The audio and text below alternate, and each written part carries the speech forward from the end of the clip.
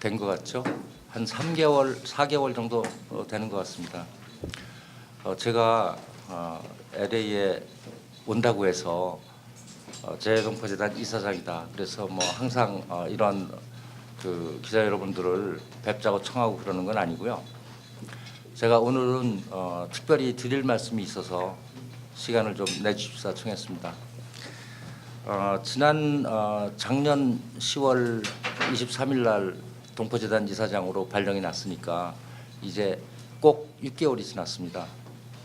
그래서 6개월로 이제 거기서 재단 이사장 역할을 수행하다 보니까 아무래도 처음 갔을 때보다는 좀 더 확실하게 재단의 역할이나 또는 앞으로의 방향에 대해서도 이해를 하게 됐고, 무엇보다도 지금 우리 해외 동포들의 그 삶과 직결되는 아주 중요한 문제가 있기 때문에 제가 이 시간을 청했습니다.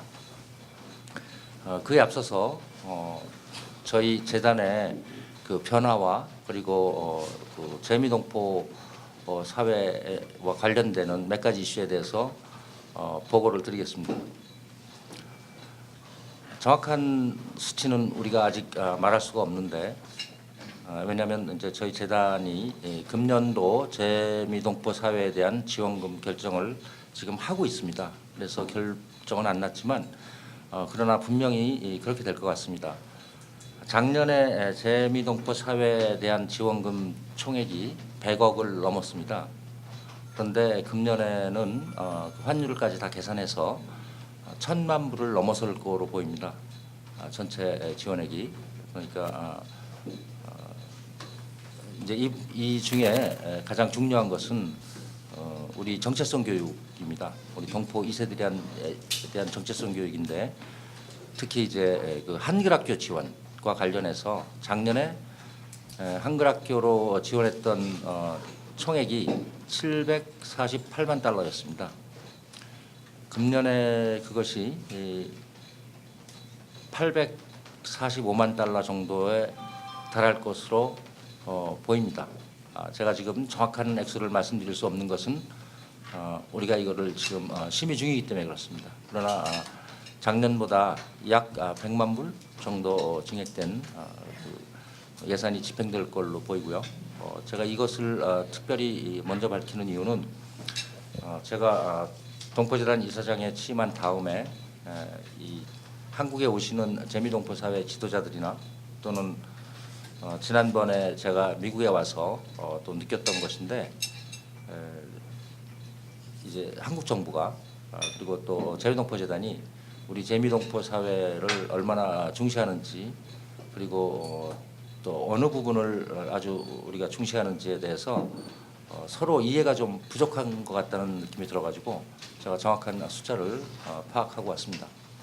그래서 한글학교 지원으로 주어지는 예산이 제 생각에는 한 840만 불을 넘을 것이고, 그리고 기타 정치적 신장 사업이나 또는 이제 청소년 모국 연수 이런 것 등등을 다 종합하면 금년도 재미동포 사회로 지원되는 예산은 1,000만 불을 넘을 것으로 저희 확신합니다.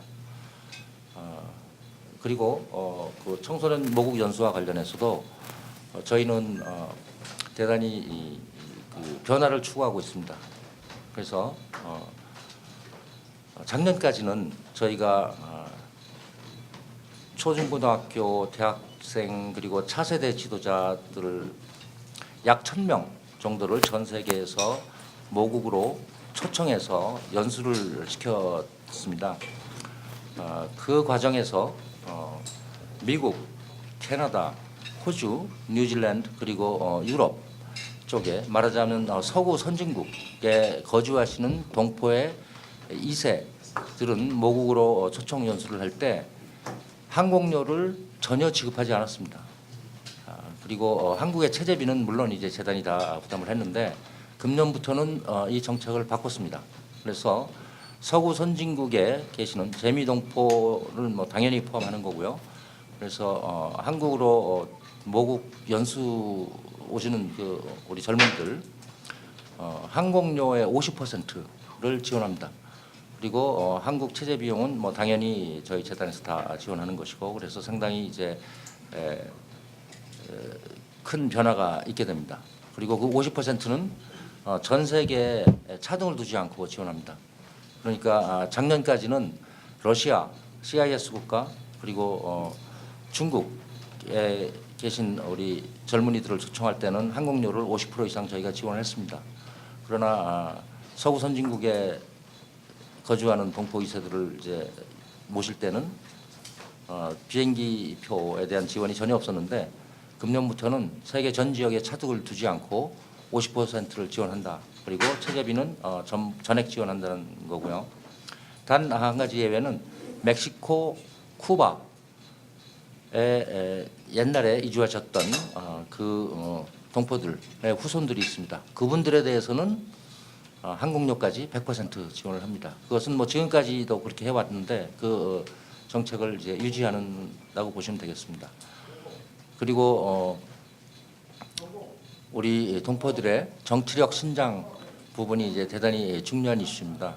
그래서 그 부분도 역시 작년보다 더 강하게 이제 우리가 지원을 할 것이고요.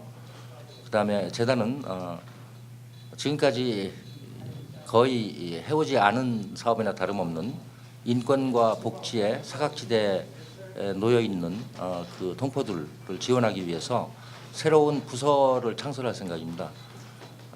그것은 물론 이제 우리 정부에서 인원과 예산이 주어져야 되는데 이미 이 부분을 위해서 적극적으로 대화를 시작했습니다. 그래서 지금 미국의 경우에는 그러면 이제 복지와 인권의 사각지대에 놓인 동포들 누구를 얘기하느냐? 입양아로 오셔가지고 이제 성장하셨죠. 그래서 사회 문제가 요즘 많이 되고 있죠. 오셨으나 18,000명이 미국 시민권을 취득했는지 확인이 되지 않고 있습니다. 그래서 이런 부분 또 한국, 베트남 다문화 결손 가정의 자녀들 또 나아가서는 입양아 전체, 그래서 이런 분들에 대한 지원, 배려 이런 것을 위해서 저희가 새로운 사업 부서도 신설하고 그럴 생각입니다. 이상이 저희 재단이 최근에 이제 변화하고 있는 그런 그 정책이고 또 그 방향입니다. 이와 별도로 제가 오늘 여러분들의 시간을 좀 내주십사 하고 간곡히 청한 중요한 이유가 있습니다. 그것에 대해서 지금부터 설명드리겠습니다. 지금 대한민국은 가히 혁명기라고 부를 수 있을 정도로 급격한 변화의 시기를 지나고 있습니다. 여러분 잘 아시는 대로 이제 곧 남북 정상회담이 다시 열리고 또 북미 정상회담 뭐 등등 계속되는 그런 상황입니다. 그래서 전 세계 모든 언론의 이목이 지금 대한민국에 집중돼 있는 상황이고요. 또 이게 어느 정도 근거가 있는 얘기인지는 모르지만 아마도 최근 수십 년 사이에 대한민국의 세계 스파이는 다 모인 그런 형국이다라는 얘기까지 들릴 정도입니다. 그런데 제가 오늘 여러분들께 꼭 드리고 싶은 말씀은 이 남북 문제나 안보 문제가 아니고요. 그것은 이제 대외적으로 그런 일이 진행되고 있는데 대내적으로 지금 대단히 중요한 논의가 진행되고 있습니다. 개헌 문제입니다. 이 헌법을 개정하는 것은 지금 대한민국 헌법은 1987년에 개정된 헌법을 갖고 있고 그리고 이것을 41년 만에 개정을 하려고 하는 움직임이 있습니다. 물론 이번 6월 13일 날 이 지방자치선거와 동시에 개헌 안이 표결에 붙여지는 일은 없을 겁니다. 그렇지만 그렇다고 해서 개헌 논의가 이게 이제 수면 밑으로 그냥 들어가는 것은 아니고요. 지방자치선거가 끝나면 그 다음에 가장 중요한 이 한국의 국내적 화두는 개헌이 될 겁니다. 그러면 이 개헌 문제를 갑자기 제가 이 얘기를 하는 이유는 이겁니다. 헌법은 법치국가인 대한민국의 가장 기본적인 질서를 만드는 것입니다. 그런데 여러분 이 헌법에 동포에 대한 얘기가 없습니다.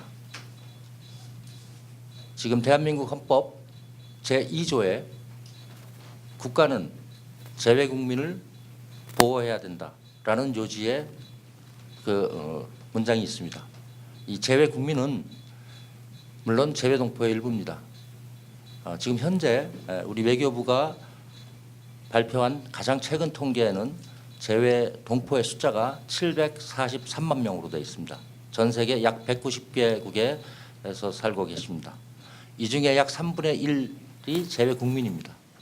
그러면 우리 지금 대한민국 헌법은 전 세계 재외 동포의 약 3분의 1에 대해서는 헌법적인 어떠한 국가의 의무를 정하고 있습니다.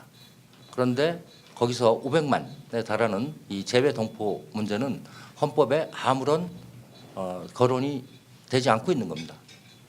그럼에도 불구하고 지금 개헌안에 국회에서 준비 중인 개헌안이나 또는 대통령이 내놓은 개헌안이나 이 동포 문제가 들어있지 않습니다. 왜 그런가? 물론 한국에서 개헌안을 준비했던 분들이 동포 문제를 놓쳤기 때문에 그렇습니다. 그런데 그분들 얘기를 하기 전에 저는 우리 동포 사회의 관심과 그리고 책임 문제를 얘기하고 싶습니다. 지금까지 대한민국 헌법에 동포가 들어있지 않았던 이유는 우리 동포들이 관심이 없기 때문입니다. 저는 지난 6개월 동안 재외동포재단 이사장직을 수행한 지금 시점에서 그리고 현재 대한민국의 이 혁명적 전환기를 지나고 있는 현 시점에서 재외동포와 관련해서 가장 중요한 이슈는 이 헌법이라고 생각합니다. 이 개헌을 통해서 여러분 개헌이 뭐겠습니까? 대한민국이 최고 수준에서 의사결정을 하는 과정입니다. 그리고 그 의사결정의 결과물이 헌법입니다. 그리고 이번에 이 헌법이 개헌되면 그러면 또다시 언제 그 개헌 논의가 있을지 모릅니다. 만약에 지나간 과거를 돌이켜본다면 40년, 41년 이렇게 지나가야만 또 그런 기회가 있습니다. 그러므로 이 바뀌어지는 헌법에 단 한 줄이라도 재외 동포에 대한 언급이 있어야 된다고 저는 생각을 합니다.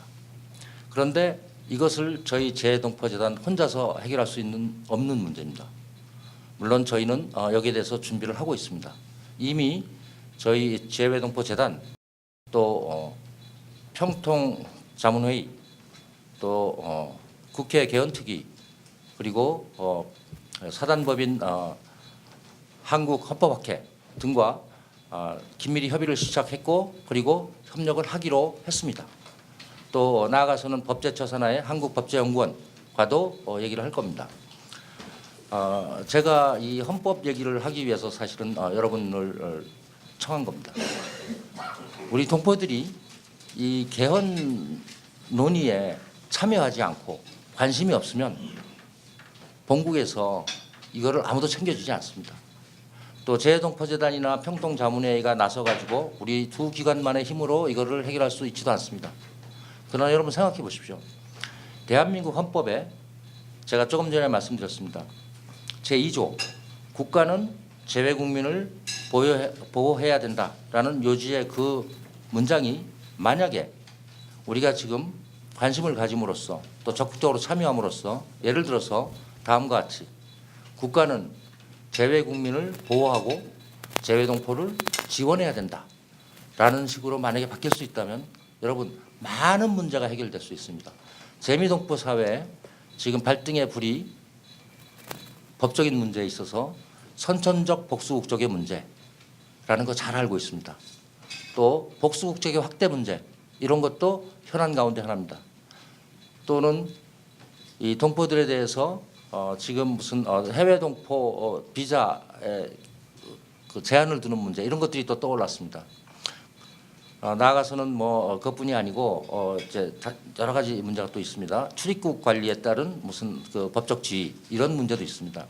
이런 모든 것들이 만약에 헌법에 이번에 개정되는 헌법에 동포에 관한 말이 딱 하나라도 들어가서 해외 동포 또는 재외 동포 어떠한 용어가 쓰여지건 아마도 그 제중 동포나 제러시아 동포, CIS 국가 동포를 염두에 두기 때문에 아마도 해외 동포라는 말은 사용이 되지 않을 것입니다. 그러나 그것이 뭐 재외 동포라고 해도 마찬가지 의미입니다.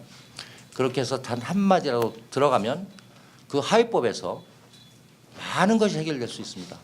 이것은 지금 여러분들 지금 이 자리에 계신 여러분들 본인의 문제일 뿐만 아니라 여러분들의 2세들, 3세들 모든 재외동포의 대대손손 아주 그 장기적인 효과를 미치는 그런 영향을 미치는 대단히 중요한 문제입니다.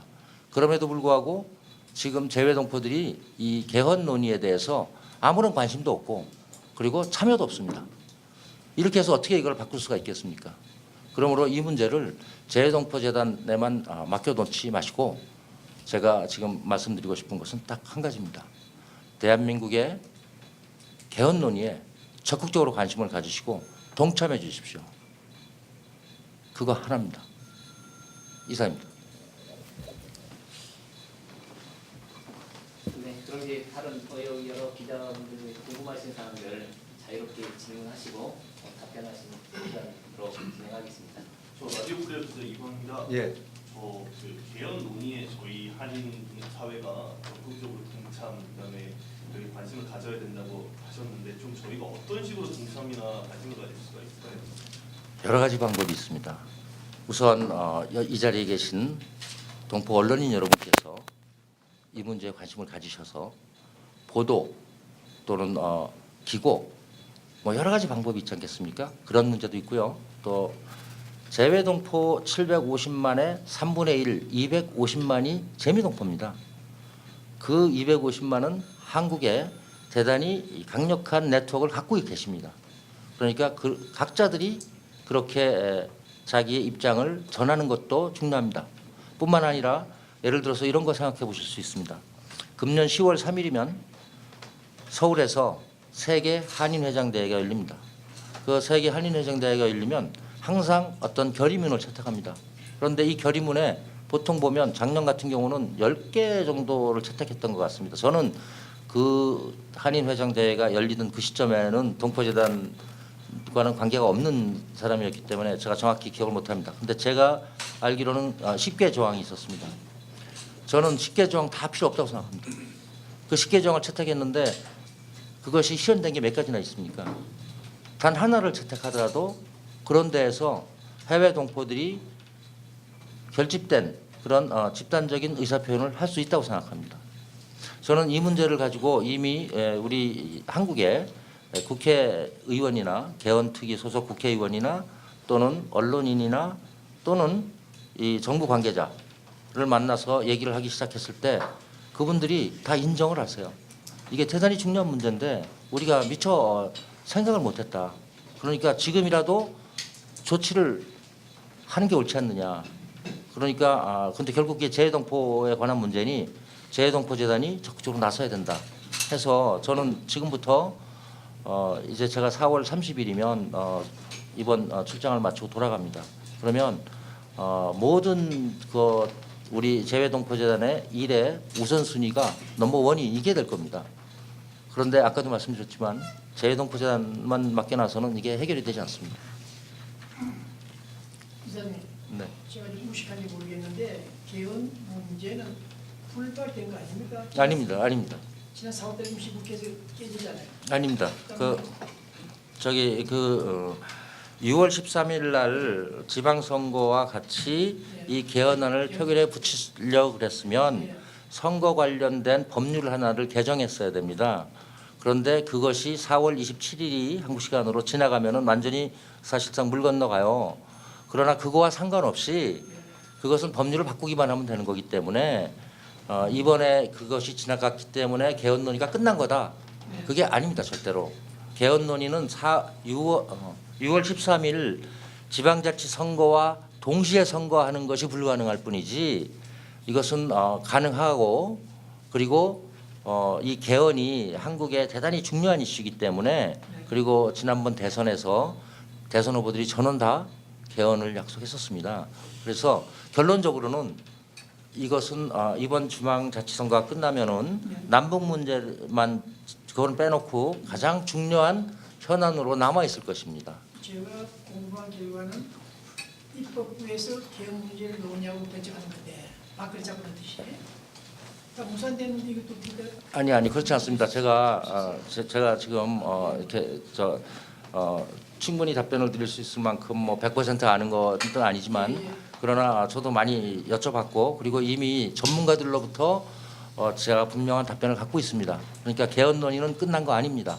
그리고 이것은 지금 국회는 국회대로 개헌안을 준비하고 있습니다. 대통령 개헌안은 이미 제시가 됐고 그러니까 그냥 넘어가지 않을 겁니다. 6월 13일 지방선거에 개헌 투표 그것은 불가능할 겁니다. 어렵다고 끝났다니까. 이제 그거가 끝났다는 것은 조금 전에 말씀드렸지만 동시에 이 표결을 하는 게 물 건너갔다는 얘기지 개헌 자체가 끝났다 그 얘기는 아닙니다. 지금 국회가 개헌안을 따로 준비를 하고 있습니다. 자격 중에서는 모르겠어요. 아니 이건 제 말을 믿으십시오. 그러니까 국회가 개헌안을 내놓고 표결을 하고 추진한다 그거는 국회가 결정할 문제지만 지금 지방자치선거와 함께 개헌안이 표결에 붙여지지 않는다고 해서 개헌 논의 자체가 완전히 무산된 거 그건 아닙니다. 저는 바로 이틀 전에도 우리 국회 개헌특위의 자문위원과 얘기를 했었습니다. 네. 우리 동부재단 이사장님 우리 LA 오셨으니까 우리 LA 비행 단체들 많거든요. 네. 지원금 받은 사람들 많이 좀 도와주셔야지. 그리고 좀 약속 좀 하세요. 아니요. 제가 많이 도와주셔야지. 아닙니다. 제가 분명히 이 자리에서 말씀드리겠습니다. 저는 LA 출신이고 30년 재미동포로 살고 그리고 지금 동포재단 이사장을 역임하고 있습니다. 끝나고 나면 저는 이곳에 돌아와서 다시 동포로 돌아옵니다. 그렇다고 해서 저희가 예산을 이게 국민의 세금입니다. 그런데 제가 LA 출신이라고 해서 LA 지역의 어떤 기관에 그것을 불공정하게 과도하게 집행하고 그럴 수는 없습니다. 대한민국 국가 예산은 법과 규정에 따라서 그리고 각 동포 사회의 필요에 따라서 저희가 판단하고 집행하는 것이지 어느 한쪽을 제가 그 사감에 개입돼서 예산이 더 편중되게 지원하고 그럴 수는 없습니다. 대단히 죄송합니다. 이제 마지막 하나 네. 드릴게요. 기자들 질문 많으니까. 네네. 혹시 기억나는지 모르겠습니다. 보고받았는지 LA에서 한국 전통 공원을 건립하겠다. 좀 총연사를 하기라고 있는 길인데 혹시 재동부재단 돈 나간 거 없습니까? 제가 기억하는 것은 없습니다. 아직 만난 걸 알고 있는데 네. 2012년부터서 2013년까지 그 비로 돈 나간 게 있나 한번 좀 확인 좀 해주실래요? 아니요, 그거는 그러면은 취재 요청을 하십시오. 아니, 취재하겠습니다. 있으니까 예. 재판이 곧 벌어지는데 예. 입주하는 알면 되겠네요. 그 제가 신청하면 바로 좀 줄수 있겠어요? 제가 알아보고 네, 그리고 신경사 총무사이 때문에 아마 디비텍 받아본 걸 알고 있는데 네. 얼마 받아본 걸 확인 좀 네. 하니까 정부 돈인지 제 동부제한테 그래 모르겠어요. 네네. 뭐 저희 재단에서 만약에 거기에 집행을 했으면 네, 집행을 당연히 이거는 뭐 우리가 공개를 해야죠. 됐습니다. 예. 알겠습니다. 그 이사장님 그 네. 개헌 언급하셨는데 이번 지방선거는 사실상 이렇게 개헌이 이루어지지 않을 것이라는 여론이 대부분이고 네. 그 후에라도 가능성이 있다고 말씀하시잖아요. 가능성이 있습니다. 언제를 타겟으로 보고 계시고 그걸 위해서는 이 미주 한인사회뿐만 아니고 해외 한인사회가 어떤 움직임을 보여주는 걸 좀 구체적으로 원하시는 계획이 있으시면 언급을 해주시죠. 개헌안이 어떻게 진행될 것이냐 하는 것은 저희 재단이 계획을 세우거나 그러는 거는 전혀 그런 이제 관계가 없는 거고요. 단지 개헌은 대한민국의 지금 현재 한국 정치의 가장 중요한 이슈이다. 북핵 문제를 제외하고 물론 이제 여러 가지가 있습니다. 뭐 청년 일자리 창출 문제도 있고 뭐 그러나 이것이 제일 중요한 문제이고요. 그리고 지금 현 대한민국 정부는 반드시 개헌을 해야겠다는 의지를 갖고 있습니다. 나아가서 행정부뿐이 아니고 국회도 개헌을 해야 된다라는 그 공감대를 갖고 있고 개헌안을 준비하고 있습니다. 지금 정확히 이 현 시점에서 국회안은 어디까지가 있냐면 개헌특위의 자문위원들이 개헌안을 준비를 해서 개헌특위에 넘겨져 있는 상태입니다. 그러나 그것을 조금 수정하거나 또는 할 수는 있습니다. 그리고 여야당이 동일한 의견을 가지고 자 우리 이것이 국회안이다라고 그 한 개의 안을 만들어둔 상태는 아닙니다. 따라서 언제쯤 실질적으로 이게 그것은 제가 목표라도 잡기는 좀 어려운. 아니요, 제가 그런 목표를 하거나 그런 거는 이제 그런 관계가 저희 재단하고 아, 그 그건 시점은 관계없죠. 예, 그거는 아무런 영향력이 없고요. 그러나 우리가 예측은 할 수 있습니다. 그러니까 예를 들어서 이런 얘기는 들립니다.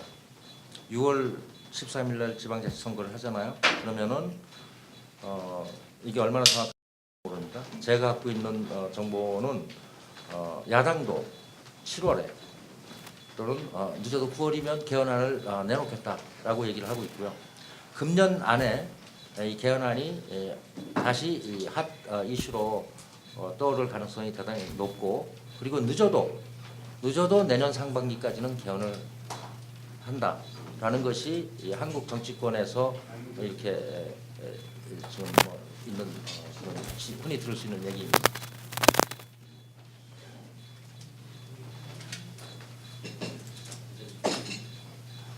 저기 LA 4월 30일까지 계신다고 하셨는데 일정이 아닙니다. 저는 LA에서는 26일까지 있고요. 그러니까 이틀 후, 그다음에 27일 아침 일찍 하와이로 갑니다. 그래서 거기 전 세계에서 그 한인들 가운데 현역 정치인으로 활동하시는 분들이 만나는 그 협회 그 미팅이 있습니다. 거기 제가 참석해가지고 하루 반 정도 있고 그리고 한국으로 돌아갑니다. LA에 계시는 동안에 공식 일정은 또 어떤? 제가 이거 끝난 다음에 말씀드릴게요. 이건 뭐 저희 TV도 그런데 제 공식 일정이 뭐 이렇게 우리 시청자들한테 관심의 대상이 되는지 모르겠습니다. 안 되겠지, 한마디 되겠습니다. 이사장 가능한지 모르겠다만 다시 드릴게요. 우리 LA에 민간인들이 하는 방송 신문들이 있거든요. 네, 다른 데도 있겠습니다만은 네. 그런 언론사들도 좀 지원을 해주죠. 한두 사람은 언론사 필요 없고 5명 이상 되는 그런 언론사를 좀 도와주는 그런 방법 없을까요? 다른데 돈 많이 나갑니다. 많이 나갈 돈을 떼서라도 중국이나 중요한 국가 언론들, 자생적으로 하는 언론들 좀 도와주는 그런 방안은 없는 게 글쎄요, 언론이 중요하죠. 언론. 지금 기자되고 이걸 언론 만나고 만나가 있니까. 글쎄요, 제가 이용하고 언론 그러니까 지금 저한테 질문을 하셨잖아요. 예. 저한테 질문을 하신 거지. 예. 지금 갖고 계신 철학을 저한테 강요하시는 거 아니잖아요. 아니죠. 예, 궁금해서 왜냐면 궁금해서 질문하셨잖아요. 맞아요. 네, 좀 주잖아요. 네. 네. 재외동포 단체를 다 도와드리고 싶은 게 당연합니다. 그러나 저도 잘 아시겠지만 저도 기자 출신인데 네, 그렇죠. 이 자본주의 국가에서의 언론이 국가의 지원을 받아서 크는 것이 생존하는 것이 옳은지 그것은 또 다른 문제 아니겠습니까? 그잘 모르시네. 언론은 알겠습니다. 잠깐요. 지금 여러분이 계신데 지금 질문을 거의 독점하다시피 하시잖아요. 그리고 언론에 대한 철학을 지금 논쟁하기 위해서 제가 이 자리에 와 있는 거 아니잖아요. 네. LA 타임즈 기자들도 뭐 콜라도 한잔 안 마시다 그러는데 제 얘기는 그러나 네. 국가와 정부와 언론은 네. 하나의 공동체란 말입니다. 네. 언론은 자유언론, 정직한 언론 하기 위해서 그런 자금 안 받는다? 그건 틀린 얘기죠. 아니 그러니까 그것은 영문에 보면서 배 기자님의 언론에 대한 철학이지 지금 그 얘기 하려고 제가 지금 자리 미국 40년 언론 하다 보니까 결국 우리 언론들이 정부를 위해서 지금 겨울에 회담했지 않습니까? 결국 언론 역할을 해야 되는데 영세 언론은 좀 보니까 안타까운 소리 아주 연구해 보시죠. 좋은 일 아닌가? 네. 또 혹시 다른 질문 제 질문이 좀 정치적인 민감한 문제일지는 모르겠는데 네. 이번에 그 한국에서 가장 큰 이슈가 된 그 드루킹 있지 않습니까? 네. 그런 문제가 지금 어떻게 정치 입장이 제대로 이렇게 될 것 같은 그런 예상이 됩니까? 저 재외동포재단 이사장으로서 드루킹 사건에 대해서 언급할 처지에 있지 않고요. 네, 그러나 그러한 것들은 이제 그 개헌 문제에 비교하면 대단히 경미한 사안이고요. 이 개헌은 대한민국의 사회의 가장 기본적인 시줄과 낯줄을 만드는 문제이기 때문에 그런 문제에 의해서 영향을 받을 거라고는 생각하지 않습니다. 네. 그 내년에 아마 다 아시겠지만 3.1 독립운동 100주년이고 상하이 임시정부 100주년도 네. 있는데 전 세계 동포 사회와 함께 그 재외동포 재단이 그런 문제에 대해서 3.1운동 100주년과 그 상하이 임시정부는 헌법에 있습니다. 상하이 임시정부는 이제 그런 100주년에서 어떤 구상과 어떤 그 재외동포 사회가 같이 미국뿐 아니라 전 세계가 이건 우리 역사 속 정체성을 확립하기 위해서라도 100년 만에 오는 이거를 그냥 한 행사로만 끝나지 말고 네. 다시 한번 제2의 그 상하이 임시정부 설립이라든지 3.1운동이라든지 이렇게 이런 문제에 대해서 좀 재외동포 재단 이사장으로서의 개인 철학과 그다음에 재외동포 재단이 추진을 같이 이런 면에 좀 하고 싶다는 것을 좀 밝혀 주시죠. 네네. 지금 대단히 중요한 질문을 해주셨는데요. 지금 한국 정부는 내년이 지금 말씀해 주신 대로 3.1운동과 임시정부 수립 100주년이잖아요. 그래서 다음과 같은 이름에 좀 이름이 깁니다. 그런 이제 그 위원회가 출범하게 됩니다. 이제 정식 명칭이 뭐냐면 3.1운동 및 대한민국 임시정부 수립 100주년 기념사업 추진위원회. 상당히 길죠. 네. 근데 이제 이 100주년 사업위원회라고 우리가 이제 줄여서 말을 하기로 하죠. 좀 이 대화의 편의를 위해서. 지금 현재 이 위원회는 어떠한 형식으로 구성되냐 하면 대통령 직속기구고요. 그리고 공동위원장이 2분, 한 분은 이제 정부 측 위원장으로서 지금 이낙연 국무총리께서 맡으시고 또 한 분은 민간 측 위원장으로서 이제 맡으시게 됩니다. 그리고 이제 이분이 이 위원회가 100주년이기 때문에 100명으로 구성되게 됩니다. 그 중에 한석은 대한민국의 전 국민이 참가한다는 의미에서 한석은 이제 공석이 되고 나머지 99명의 위원이 됩니다. 지금 강요 15명 전원 다 거기 위원이고요. 저도 아마 그 위원이 되는 걸로 알고 있습니다. 이 위원회는 대단히 중요한 역할을 하게 될 겁니다. 만약에 이 위원회가 제대로 기능한다면 큰 테마는 이겁니다. 지난 100년을 돌아보고 앞으로 100년을 설계한다. 무슨 뜻이냐면 지난 100년 중에서 우리가 잘한 거 그거는 계승 확대하고 그리고 우리가 잘못한 거 또는 좀 더 수정해야 될 거 이런 것들은 고쳐서 발전시킨다. 그래서 어떻게 보면 향후 100년을 설계하기 위한 그런 어떻게 보면 설계사무소 뭐 이런 역할이 되겠습니다. 그런데 지금 이미 얘기되고 있는 것 중에 그러면 우리가 지난 100년 동안에 잘못한 게 뭐냐? 뭐 잘한 것도 있잖아요. 많잖아요. 그건 뭐 이제 확대 개선하면 되는데 그럼 잘못한 게 뭐냐 하는 것 중에서 재외동포 문제는 우리가 좀 잘못한 것 같다라는 공감대가 형성이 돼 있습니다. 그래서 그러면은 이 재외동포 문제를 우리가 잘못했다면 그러면 이걸 어떻게 앞으로 잘할 수 있느냐. 그래서 그것을 지금 이 어젠다를 지금 막 설정하고 있는 그런 가운데 있습니다. 그래서 물론 저희 재외동포 재단은 거기서 이제 상당히 중요한 역할을 이제 수행하게 되고요. 저 역시 마찬가지입니다. 그래서 이제 예를 들면 이런 것들이 얘기가 되고 있습니다. 자, 지금 대한민국의 교과서에 초등학교 1학년부터 6학년 교과서 전 과목, 전 학년에 걸쳐서 재외동포들이라는 말이 등장하지 않는다. 이것은 제가 재외동포재단 이사장이 된 다음에 강력히 이 문제를 제기를 하기 시작했습니다. 그래서 좀 대단히 안타깝지만 불과 몇 년 전에 우리 초등학교 도덕교과서 4학년 도덕교과서에 재외동포라는 챕터가 있었어요. 근데 지금 이거 빠져버렸습니다. 그러니까 이렇게 교육을 하면 그 교육을 받고 자라나는 아이들 그게 쌓이면 대한민국 국민이 됩니다. 그러면 이들이 어떻게 재외동포에 대해서 올바른 이해를 할 수가 있겠느냐. 이렇게 하면 안 된다. 그래서 그거를 고쳐야 된다고 의견을 오래전부터 개진을 했고 이게 받아들여졌습니다.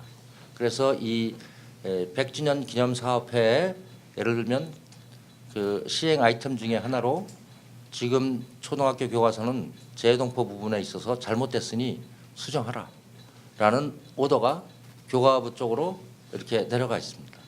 그러니까 이것도 이제 100주년 기념 사업회가 할 일 가운데 하나고 이것은 대단히 중요한 문제입니다. 그것도 있고요. 예를 들면 이런 것도 있습니다. 대한민국의 많은 기관들이 연수원 같은 걸 갖고 있어요. 그런데 재외동포 재단은 우리 아까 말씀드렸던 이제 우리 청년 모국 초청 연수 사업 같은 걸 합니다. 그런데 우리가 갖고 있는 연수원이 없습니다. 또 현재 한글학교 전 세계에 한글학교가 약 1,800개 정도 있습니다. 정확히는 1,875개. 여기에 이곳에 계신 한글학교 교사가 15,000명입니다.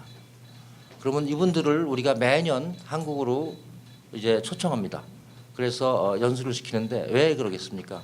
한글 교육의 질적 향상을 위해서 그동안 고생하셨던 선생님들에게 감사합니다라는 뜻도 표하고 또 오셔가지고 한글 교육도 조금 시켜드리고 이렇게 이제 다시 돌려보내는 건데 이게 250명입니다. 그러면 전 세계 15,000명이 이제 계신데 250명을 매년 불러. 그러면 60년이 걸립니다. 그분들이 다 살아계신다 하더라도 그러니까 이게 틀린 거죠. 그래서 이런 것도 좀 우리가 고쳐야겠다. 그래서 내년부터는 우리가 이 숫자를 1,000명으로 늘릴 생각입니다. 250명을 제 4배가 되겠죠.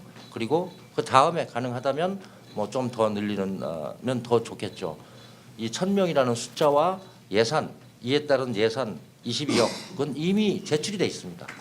이제 내년 예산안에 반영이 되면 이게 가능해질 겁니다. 그러면은 이렇게 오시는 선생님들을 어디다가 모셔서 어디다가 연수를 시킵니까? 그러니까 그러면 우리가 이제 재외동포 연수원 플러스 재외동포 박물관이 없습니다. 이 역사 박물관 동포들이 어떻게 나가서 이 대한민국에 있는 해외 동포 박물관이라는 게 하나 있는데요. 이게 인천에 월미도에 가면 있습니다. 인천시가 만든 거. 그거 말고 중앙정부 차원에서 동포들의 코리안 디아스포라 어떻게 시작됐는지 뭐 어떠한 이제 이런 것들이 총 망라되어 있는 박물관 또는 기념관 이런 게 없어요. 그러니까 그런 것들을 다 한꺼번에 모아서 무슨 재외동포 기념관 이런 거를 하나 만드는 게 좋겠다. 아카이브를 합니다. 이런 것도 지금 이 어젠다에 속해 있습니다. 그러니까 상당히 이제 광범위한 의제가 다뤄지게 될 것이고 그리고 이것이 이 위원회가 2020년 6월 30일까지 일단 활동하는 걸로 돼 있습니다. 그러니까 우리 정부는 지금 내년 3월, 4월에 이제 맞게 되는 3.1운동 및 대한민국 임시정부 수립 100주년 이것을 대단히 중요한 그 모멘텀으로 보고 그리고 재외동포 문제에 있어서도 여러 가지 차원에서 이제 새로운 정책을 수립하고 그렇게 될 겁니다. 저는 그 중에 제일 중요한 게 헌법이라고 생각합니다. 이 헌법에 단 한 문장이라도 또는 단 한 번이라도 동포 문제가 언급이 돼서 헌법적 위치, 재외동포라는 이 집단이 대한민국 헌법에서의 어떤 위치를 갖고 또 정의를 갖는 것이 대단히 중요하다 이렇게 생각을 합니다. 그것도 역시 그 사업의 일부로 보시면 되겠습니다. 네.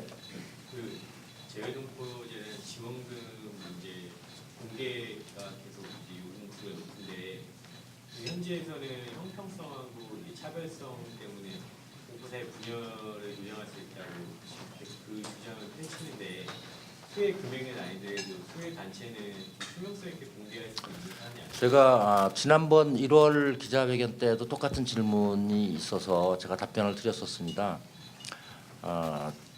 대한민국 예산의 집행 문제는 우리는 다 보고를 하게 돼 있습니다. 대한민국 국회 어디에 얼마를 썼는지. 그러니까 언론이 그 문제에 대해서 관심이 있으시면 대한민국 국회에 요청하시면 됩니다. 그런데 저희가 전 세계 이 동포 언론이 수천 개입니다. 근데 그곳에서 이 공개 요청이 들어올 때마다 일일이 거기에 응답을 하다 보면 저희 재단 직원 지금 70명에 불과한데 이거 일을 하기 어려울 정도입니다. 그래서 비공개하겠다는 뜻이 절대로 아닙니다. 예산을 어디다가 어떻게 썼는지 그걸 어떻게 비공개를 할 수가 있겠습니까? 국민 세금인데. 그 부분에 대해서 제가 한 말씀 네, 드리면 네.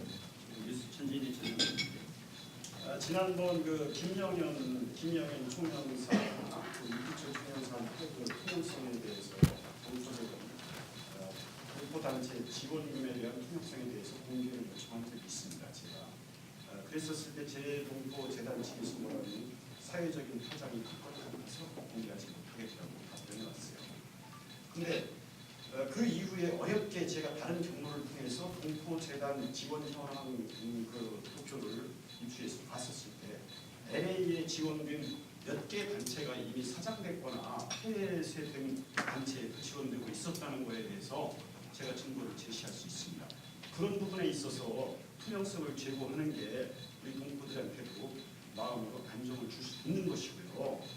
또 이제 다른 차원에서 말씀드리면 지금 현재 여야 간의 헌법 개정 문제는 국민의 67%가 반대해서 사장되는 것다가 우리는 알고 있었습니다. 근데 그 헌법 개정이 기도를 간 이유가 남북 관계라든가 대미 관계라든가 이런 게 압축되어 있는 아주 용광로 같은 문제란 말이에요.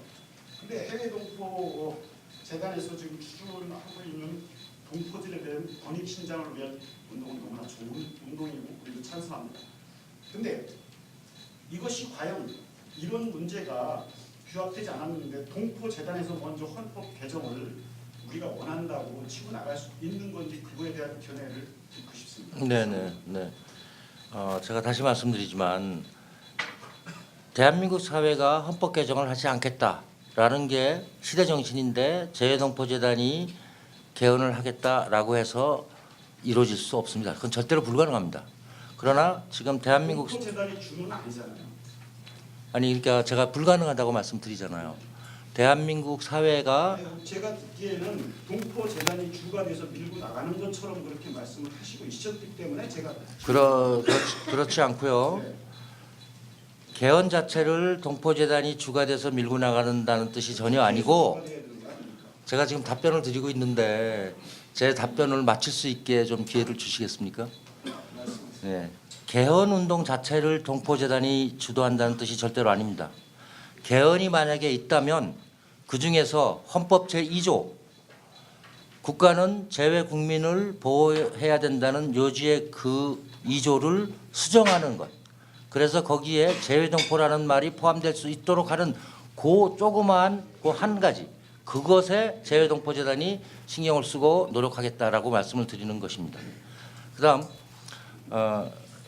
아까 그 예산금 지원에 관한 문제 만약에 제가 있을 때도 그렇고 제가 있지 않은 그 전에도 그렇고 저희 재단이 어떠한 단체에 지원을 했는데 그것이 잘못됐다라고 말씀을 하시면 그래서 그거를 저희 재단에 알려주시면 당연히 수정해야 됩니다. 정책을 바꿔야 되고 그렇지 않겠습니까? 당연합니다. 예. 그러면 그거를 창구가 없었어요. 우리가 어디다 하소연할 창구가 영사관에다 얘기를 하면은 그 문제는 재동포니까 거기다가 물어보라. 기자님 이런 식으로다가 무서워하게 관공서에서 처리해 주니까 우리가 불신하는 겁니다. 기자님 진작부터 이런 식으로다가 대화가 있었으면 우리 불신하지 않습니다.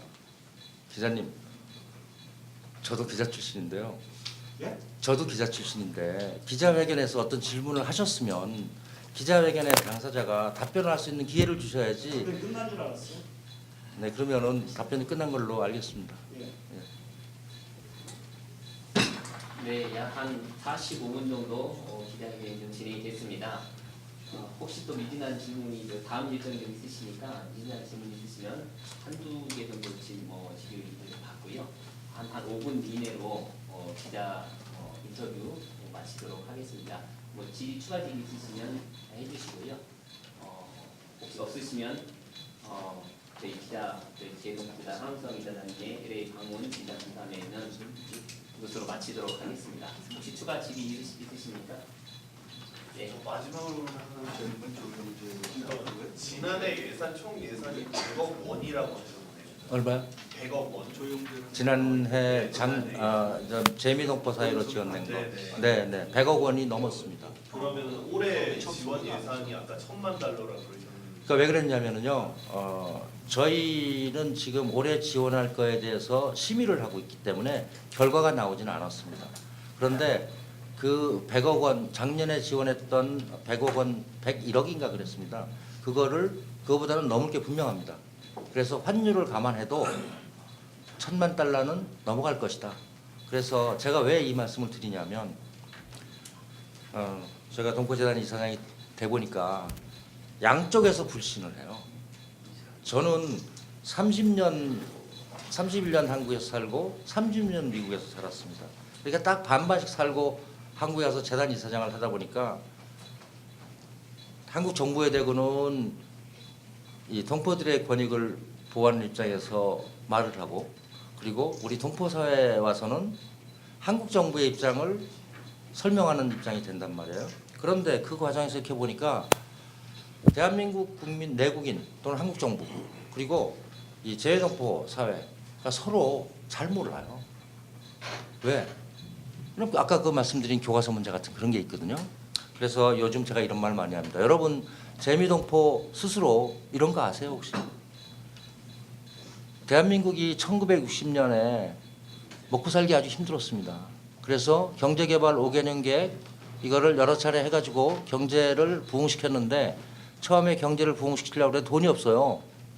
그래서 대한민국에서 이렇게 했습니다. 1965년 한일협정을 통해 가서 국교 정상화를 했습니다. 그래서 5억 달러를 동원했어요. 그리고 베트남전에 군인들을 보냈습니다. 군인들이 갔고, 그리고 그와 함께 거기서 일하는 취업 근로자들을 보냈습니다. 그들이 보낸 돈이 2억 달러예요. 그리고 조금 전에 말씀드린 한일협정 그걸로 동원한 돈이 5억 달러입니다. 그럼 이 7억 달러가 한국 경제를 개발하는 데 시드머니가 됐습니다. 그런데 독일로 갔던 광부 간호사들이 1965년부터 75년 사이에 1억 달러를 보냈어요. 그 바로 똑같은 기간에 재미동포들이 얼마나 보내는지 아시는 분 있어요? 3억 5천만 달러 보냈습니다. 이 두 개만 합쳐도 4억 5천만 불이에요. 그러니까 동포들이 한국 경제에 오늘날이 있기까지 엄청난 노력을 했습니다. 여러분 재미동포가 3억 5천만 불 보냈다고 했을 때 그게 최대 숫자 아닙니다. 제1동포들은 그 10년 기간에 대한 통계가 없습니다만 서울올림픽까지 약 30년 동안 제1동포들이 조국에 기부했던 돈이요 50억 달러입니다. 50억 달러. 이 제1동포들의 이 헌신이 없으면 대한민국의 오늘이 있을 수가 없습니다. 제가 보기에는 제1동포들의 기여가 제일 높았던 것 같습니다. 제가 재미동포 출신이지만 그런데 어쨌든 이거를 우리 국민들이 몰라요. 그래서 이거를 얘기해 주면 이해합니다. 제가 왜 여기 와서 우리가 재외동포재단이 재미동포 사회에 지원하는 예산이 금년에 1,000만 달러를 넘을 것으로 보입니다. 라고 말씀을 드리냐면 지난번에 제가 와보니까 이렇게 얘기합니다. 재외동포재단이 재미동포 사회에 대해서 뭐 해주는 게 뭐 있냐? 없다. 그래서 제가 어느 분한테 제가 지금 말씀 안 드리겠습니다. 그분 LA에 있는 유명인사고 그리고 지금 현직 기관장입니다. 그런데 자기 기관이 돈 받은 건 몰라요. 우리 기관하고 너네하고 상관없다 이겁니다. 그래서 이번에 얼마 지원됐는데요. 우리가 돈 받았나? 현직 기관장입니다. 제가 그때만 하더라도 한글학교 지원금이 얼마나 가는지를 정확히 몰랐습니다. 취임한 지 2달 만에 와가지고. 그래서 재미동포 사회에 한 500만 불은 나갈 겁니다. 최소한. 그랬더니 깜짝 놀라요. 우리 재미동포 사회가 대한민국 정부로부터 500만 불을 지원받아요? 근데 나는 왜 지원을 못 받지? 이 얘기를 해요. 그래서 제가 이번에 준비시켰습니다. 얼마나 우리가 지원하느냐. 했더니 금년에 1,000만 불을 넘어요. 그런데 이제 제가 이렇게 얘기를 하니까 우리 이제 누가 이렇게 얘기를 합니다. 그거 알면 그러면 지원금을 적게 받는 단체나 못 받는 단체는 분명히 불공정하게 일을 한다. 동포재단이라고 말을 할 것이다. 그래서 걱정하지 말라. 우리가 밝히지 못할 이유가 없다. 1,000만 불 중에 845만 달러 우리 동포 2세들의 한글 교육을 위해서 쓴다. 약 60만 불 우리 동포들의 정치력 신장을 위해서 쓴다. 왜 말 못하느냐 말할 수 있다. 또 오렌지 카운티 저 한인문화회관 건립하는데 금년에 우리 27만 불 지원했다. 그게 왜 감출 문제냐. 결국 여러분 이 문제에서 불공정 얘기를 하는 케이스가 있습니다. 이게 얼마를 두고 얘기하는 건지 아세요? 제가 솔직히 말씀드릴게요. 수천 달러입니다. 수천 달러. 1,000불, 2,000불을 더 받고 덜 받고 하는 문제 가지고 이런 말씀을 하십니다. 저희가 이 세금을 집행하면서 100% 최대한 효율적으로 집행한다라고 장담 못합니다. 100%를 지향하고 있을 뿐입니다. 그러니까 저희가 100% 다 잘했으니까 우린 잘못한 거 하나도 없다. 그렇게는 말하지 않겠습니다. 만약에 동포재단이 잘못하는 게 있으면 말씀해 주십시오. 언제든지 고치겠습니다. 제가 취임해서 6개월밖에 안 됐지만 이미 많은 거를 사업을 폐지시켰거나 아니면은 개편시켰습니다. 저만이 아니고 우리 재단 직원들이 좀 더 나은 봉사 서비스를 우리 동포들에게 해드리기 위해서 대단히 노력하고 있습니다. 제가 LA 출신 동포로서 제가 자신 있게 말씀드릴 수 있습니다. 질문 있으시면 하나만 더 받고 끝내겠습니다. 네, 지금 시간이 이제 많이 됐는데요. 다음 일정이 있으니까 더 이상 추가 질의는 없는 것으로 생각이 되는데 그렇죠? 네, 자 그러면 오늘 참석해 주셔서 너무 감사하고요. 이것으로 저희 한우성 재단 이사장님 대리 방문 기념 인터뷰를 마치도록 하겠습니다. 안내 말씀드리면요, 점심